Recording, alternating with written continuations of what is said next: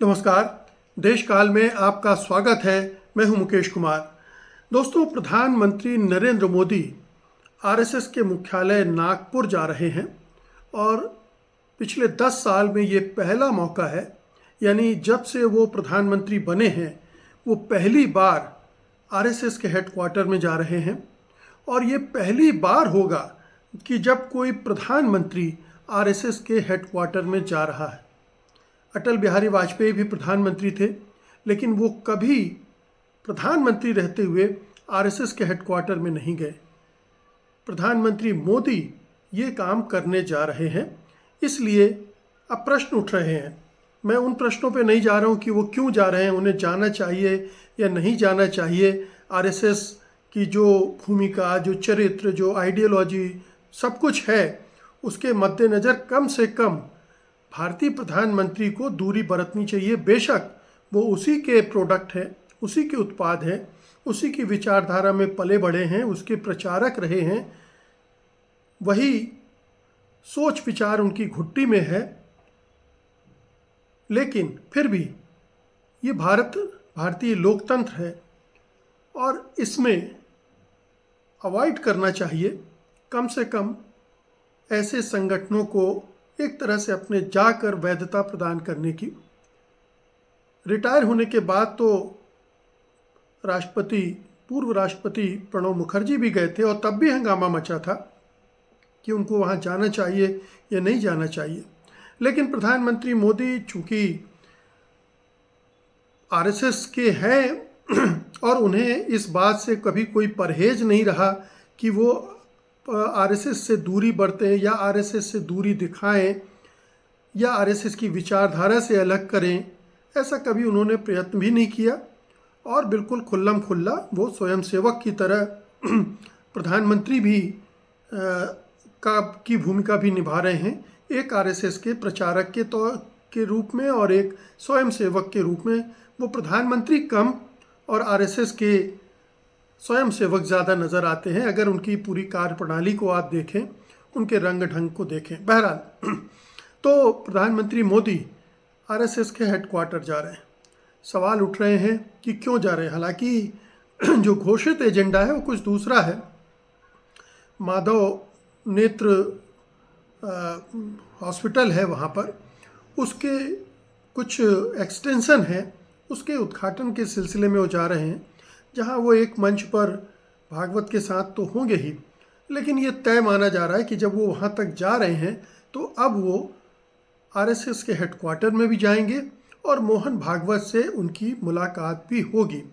और ये मुलाकात ऐसे समय हो रही है जब आरएसएस के साथ बीजेपी के रिश्ते बहुत बिगड़ चुके हैं और मोदी और भागवत के रिश्ते भी कोई बहुत सुखद सहज नहीं रह गए हैं। ख़ास तौर पर पिछले साल भर में इन रिश्तों में बहुत खटास आई है, बहुत गिरावट आई है। और ये बार बार भागवत जी ने पब्लिकली स्पष्ट भी किया है। और रिश्तों में खटास का एक ख़ास मौका है, मुकाम है, मोड़ है, जिसको हम याद कर सकते हैं जब चुनाव के दौरान ही 17 मई 2024 को भारतीय जनता पार्टी के अध्यक्ष जेपी नड्डा ने सार्वजनिक रूप से कहा था कि शुरू में हम अक्षम होंगे, थोड़ा कम होंगे, आरएसएस की ज़रूरत पड़ती थी, आज हम बढ़ गए हैं, सक्षम हैं, तो बीजेपी अपने आप को चलाती है। यानी बीजेपी सक्षम हो गई है और अब उसे आरएसएस की ज़रूरत नहीं है। आरएसएस के समर्थन सहयोग की उसको अब ज़रूरत नहीं है। इसलिए उन्होंने इस तरह का जो बयान दिया, उससे लगा कि आरएसएस को वो नीचा दिखा रहे हैं और ये प्रधानमंत्री मोदी और शाह के कहने पे कह रहे हैं कि बीजेपी को अब आरएसएस की ज़रूरत नहीं है, हम अपने दम पर चुनाव जीत सकते हैं, हम अपने दम पर पार्टी चला सकते हैं। और ये भी माना जा रहा है कि जब ये बयान आया जेपी नड्डा का, उसके बाद आरएसएस ने अपने कदम एकदम से पीछे खींच लिए। कई राज्यों में वो चुनाव प्रचार से उसने विड्रॉ कर लिया। और जिसकी वजह से मोदी जी गिर कर 240 पर पहुंच गए। हालांकि ये एकमात्र कारण नहीं था, दूसरे कारण भी थे, लेकिन ये स्पष्ट तौर पर लग रहा था कि आरएसएस ने इस बयान को जेपी नड्डा के बहुत ही गंभीरता से लिया, आहत महसूस किया और उसका जवाब भी उसने दिया। फिर यह भी था कि जेपी नड्डा, जिनका कार्यकाल 2023 में ही खत्म हो गया था, उन्हें प्रधानमंत्री बार बार एक्सटेंशन पे एक्सटेंशन देकर बनाए रखे हुए थे। और जेपी नड्डा, आप हम सब जानते हैं कि वो एक रबर स्टाम्प की तरह काम कर रहे थे मोदी की, उनके हुक्मों की तामील कर रहे थे। वो एक स्वतंत्र पार्टी अध्यक्ष के रूप में भूमिका नहीं निभा रहे थे, इसलिए बार बार उनको बदले जाने की बात दिमाग में उठ रही थी। और आरएसएस तो खास तौर पर इसके बारे में सोच रहा था कि किस तरह से मोदी शाह के शिकंजे से बीजेपी को निकाला जाए, क्योंकि एक व्यक्ति पर जो निर्भरता बढ़ती जा रही है पार्टी की, वो पार्टी के लिए और संघ परिवार के लिए और संघ के दूरगामी एजेंडे के लिए नुकसानदेह होगी। और इसीलिए आप देखिए कि पहले तो चुनाव के दौरान आरएसएस ने कई राज्यों में खुद को विड्रॉ किया, और उसके बाद जैसे ही नतीजे आए उसके 3-4 दिन बाद ही मोहन भागवत की बहुत तीखी कड़ी टिप्पणियां मोदी जी पर सीधा हमला करने वाली थी। इसकी किसी ने अपेक्षा नहीं की थी। खुद प्रधानमंत्री ने नहीं सोचा होगा कि उनके सहयोगी रहे कभी आरएसएस में हम उम्र मोहन भागवत उन्हें इस तरह से सार्वजनिक रूप से उनकी धुलाई करेंगे, उनकी निंदा भर्त्सना करेंगे परोक्ष रूप से। उन्होंने हर वो बात कह दी जो उस समय मेरे ख्याल से आरएसएस बीजेपी के लोगों के दिलो दिमाग पर तो थी ही, लेकिन उसके बाहर के दायरे में भी लग रहा था कि मोदी बहुत ज़्यादा अहंकारी हो गए, अपने को नॉन बायोलॉजिकल वगैरह कहने लगे हैं और विपक्ष के प्रति उनका रवैया बहुत ही शत्रुतापूर्ण हो गया है। और ये सारी बातें मोहन भागवत ने कह दी। और इसके बाद से प्रधानमंत्री पर दबाव पड़ने लगा कि वो अपने को सीमित करें, अपनी भूमिका को सीमित करें और नया पार्टी अध्यक्ष जितनी जल्दी हो सके बनाएं। इसका नतीजा था कि आपने देखा कि जितने भी उसके बाद विधानसभा चुनाव हुए उनमें प्रधानमंत्री नरेंद्र मोदी की भूमिका घटती चली गई। उन्होंने उस स्तर पर प्रचार नहीं किया जिस तरह से पहले करते थे। रैलियों पर रैलियां, रोड शो पर रोड शो वो नहीं किए। और ये भी माना जाता है कि इन राज्यों में अगर बीजेपी फिर से सत्ता में आई तो उसकी बड़ी वजह संघ था, जिसने अपनी पूरी ताकत बीजेपी को जिताने में फिर लगा दी थी। और इसलिए कि संघ अपनी ताकत दिखाना चाहता था कि बीजेपी उसके बिना उसकी हैसियत क्या है, और जब वो बीजेपी के साथ होता है तो बीजेपी को कितना फ़ायदा होता है। तो ये एक साफ संकेत नागपुर से मोहन भागवत की तरफ से मोदी की तरफ गया और मोदी ने इसे समझा होगा क्योंकि अब वो कमज़ोर प्रधानमंत्री हैं, वो 2 बैसाखियों पर टिके प्रधानमंत्री हैं। उनकी स्थिति पार्टी में अब वैसी नहीं है जैसे 303 के समय थी, और उनसे उनका अध्यक्ष भी छिनने वाला था, क्योंकि नड्डा जैसे किसी भी आदमी को आरएसएस अब अध्यक्ष पद पर नहीं बिठाना चाहता है। बहरहाल ये सिलसिला चल ही रहा था। आपने देखा कि कहा गया कि लोकसभा चुनाव के बाद नया अध्यक्ष मिलेगा, बीजेपी को नहीं मिला। फिर कहा गया कि महाराष्ट्र और हरियाणा के चुनाव हो जाएं, उसके बाद हो जाएगा, वो भी नहीं हुआ। फिर कहा गया कि दिल्ली चुनाव के बाद तो शर्तिया फरवरी के अंत तक हो जाएगा, और आज हम मार्च के अंत की तरफ बढ़ रहे हैं और बीजेपी को अपना अध्यक्ष नहीं मिला है। तो ये अध्यक्ष पद को लेकर भी खींचम तान मची हुई है मोदी शाह और नागपुर यानी मोहन भागवत के बीच में।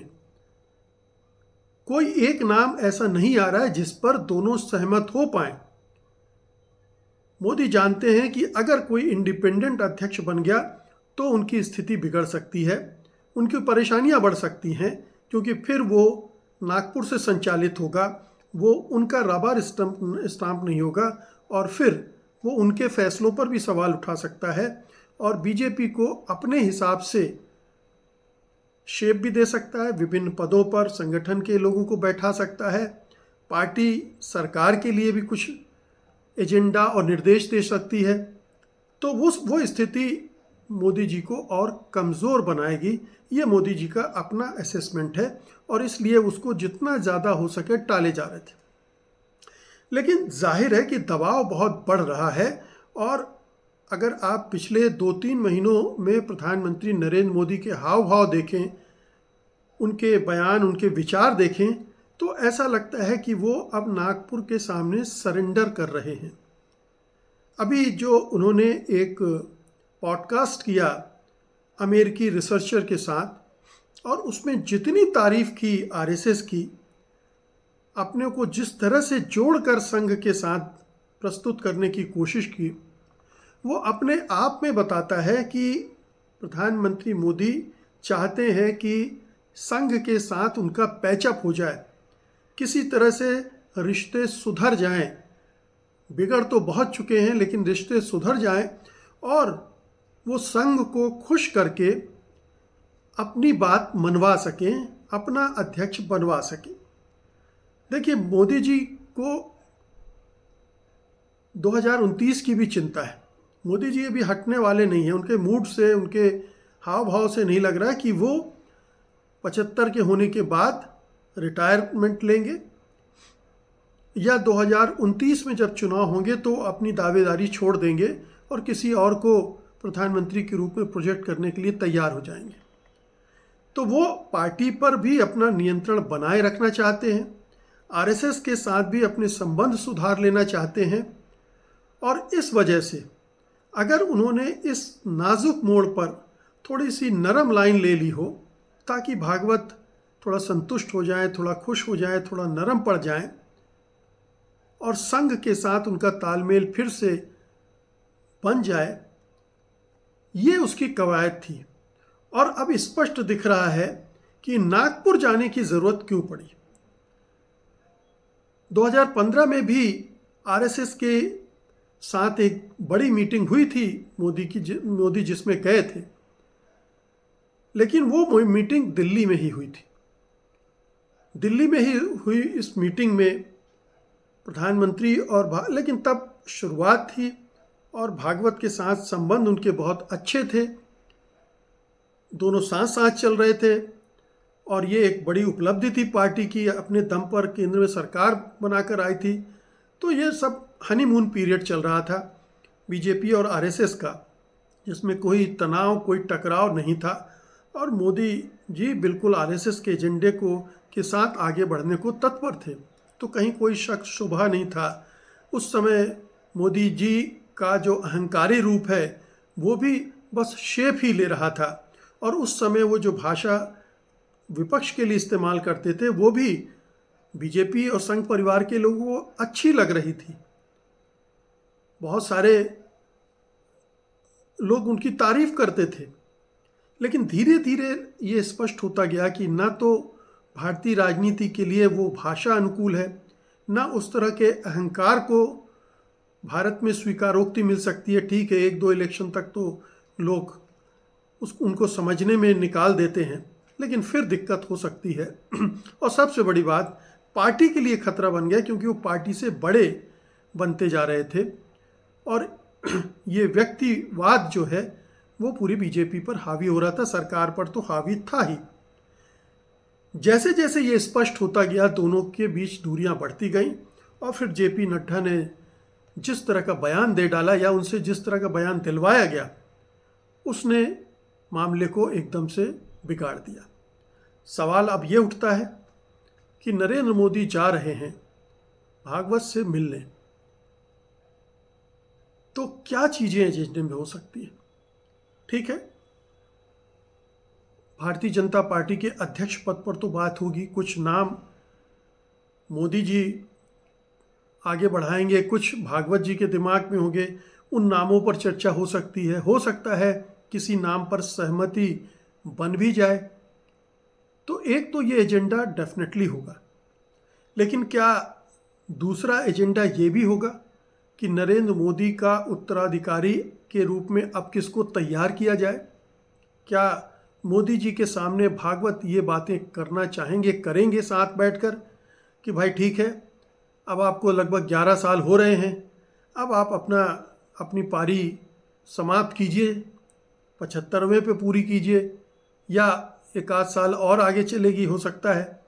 तो ये क्या बातें होंगी कि उत्तराधिकारी योगी आदित्यनाथ या अमित शाह या देवेंद्र फडणवीस या कोई और, क्या इस पर उत्तराधिकार पर बात होगी, या मोदी सरकार अब संघ के एजेंडे की और कौन सी चीज़ें हैं जिन पर फोकस करें?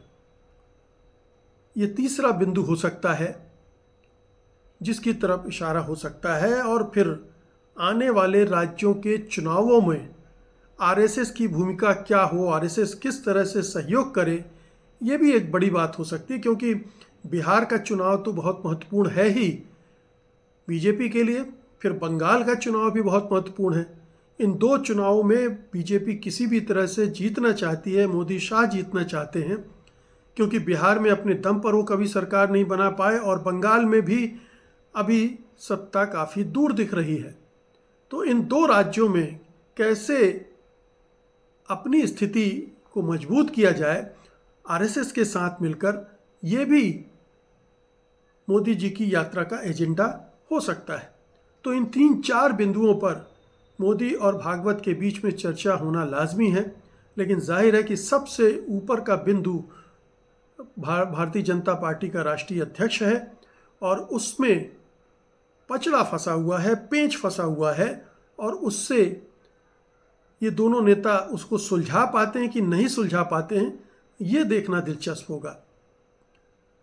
अगर 30 मार्च की मीटिंग के हफ्ते 10 दिन के अंदर कोई नाम की घोषणा हो जाती है, तो समझ लीजिए कि एक तरह की अंडरस्टैंडिंग दोनों नेताओं के बीच में और बीजेपी और संघ के बीच में बन गई है या बनने लगी है। और अगर ये मामला लंबा चलता है, खींचतान आगे बढ़ती है, तो चिंता की बात होगी दोनों के लिए। और अगर इस बीजेपी अध्यक्ष के चयन के मामले में मोदी जी को सरेंडर करना पड़ता है आरएस के सामने, तो ये भी एक गौरतलब बात होगी। या भागवत उनकी बात सुन लेते हैं, मान लेते हैं, तो ये भागवत का सरेंडर कहा जाएगा। तो देखना है कौन सरेंडर करता है, बीच का रास्ता निकलता है या नहीं निकलता है, और आगे का रास्ता मोदी और भागवत, बीजेपी और संघ कैसे तय करेंगे, इसका कोई रोड मैप इस मीटिंग में तय होता है या नहीं होता है। बहुत बहुत शुक्रिया आपका, धन्यवाद।